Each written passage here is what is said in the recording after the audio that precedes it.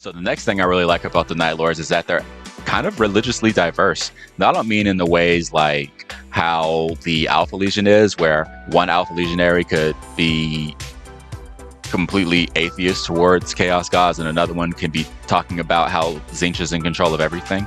It's not like that. The Night Lords balk at Chaos. They look at it as a power that they can control. Now, Night Lords who actually side with Chaos Gods are never really in control.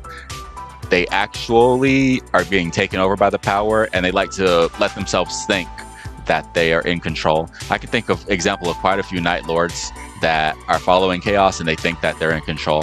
Vandred was taken over by a demon, and he was the Exalted One. On the outside, he was masquerading around as Vandred, but on the inside, he's stuck inside, staring on the outside, screaming and can't do anything about it. And the demon's able to dig into his mind and steal knowledge so that he can continue to be Vandred and have his awesome talent for Void War. So this is a pretty horrifying thing. Uzas was lost to Khorne, and it was pretty hopeless. It was to the point where it seemed like he lost brain cells over it.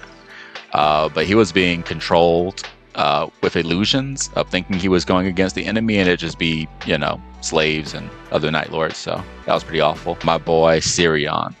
Everybody hates Sirion. All my homies hate Sirion. Sirion has gifts from Slaanesh, and we're not going to go into Sirion, but he basically eats fear, and he was a scheming fucking little dickwad that I love. And then we can move around to the Siege of Terra. Does anybody know about the Painted Count? I don't remember what his real name is, and I am not going to give him enough respect to go look it up. But he had a demon sword, and he got into a fight with the first captain of the Blood Angels at the time. The Painted Count gets into a duel with Ralduran, and the sword has been winning most of his battles for him. And he's talking shit to Ralduran, and the sword is like, "Oh, bro, you think you're better than Ralduran? How about I just let you fight by yourself for a little while?" And Ralduran kicks his ass, and the demon blade takes him into the warp so he can be tortured for 10 millennia. Painted Count should be getting out of the warp around this time in 40k.